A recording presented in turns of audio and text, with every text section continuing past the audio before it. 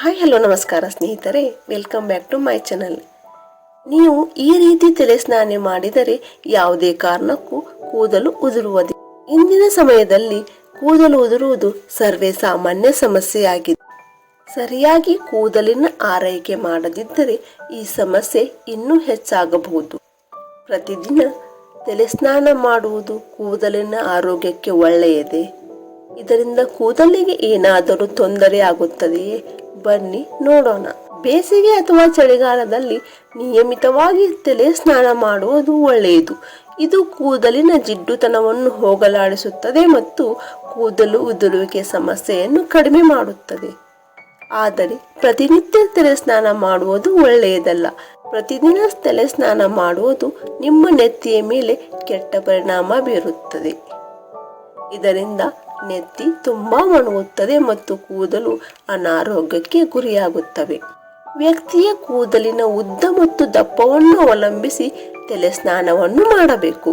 ಉದಾಹರಣೆಗೆ, ಕರ್ಲಿ ಕೂದಲು ಹೊಂದಿದ ವ್ಯಕ್ತಿ ವಾರಕ್ಕೊಮ್ಮೆ ತಲೆ ಸ್ನಾನ ಮಾಡಬೇಕು.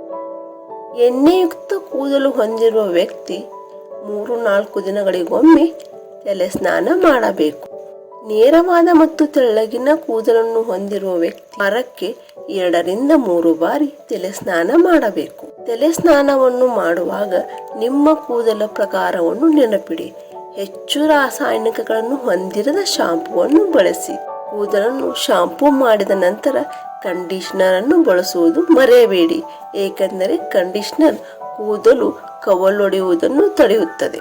ನಿಮಗೆ ಅತಿಯಾಗಿ ಶಾಂಪೂ ಮಾಡುವ ಅಭ್ಯಾಸವಿದ್ದರೆ ತಕ್ಷಣಕ್ಕೆ ನಿಲ್ಲಿಸಿ. ಕೇವಲ ಸ್ವಲ್ಪ ಶಾಂಪೂ ಬಳಸಿ, ಸಾಕಾಗದಿದ್ದರೆ ಮತ್ತೆ ತೆಗೆದುಕೊಳ್ಳಿ. ಆದ್ದರಿಂದ ಜಾಗೃತರಾಗಿ. ಬೇಕಾದಷ್ಟು ಹಿತಮಿತವಾಗಿ ಶಾಂಪೂ ಮತ್ತು ಬಿಸಿ ನೀರನ್ನು ಬಳಸಿ ತಲೆ ಸ್ನಾನ ಮಾಡಿ ಕೂದಲು ಆರೋಗ್ಯವನ್ನು ಕಾಪಾಡಿಕೊಳ್ಳಿ. ಸ್ನೇಹಿತರೆ, ಈ ಮಾಹಿತಿ ಇಷ್ಟವಾದಲ್ಲಿ ಒಂದು ಲೈಕ್ ಮಾಡಿ, ಮರೆಯದೆ ನಮ್ಮ ಚಾನಲ್ ಅನ್ನು ಸಬ್ಸ್ಕ್ರೈಬ್ ಮಾಡಿ. ಕೇಳಿದ್ದಕ್ಕಾಗಿ ಧನ್ಯವಾದಗಳು.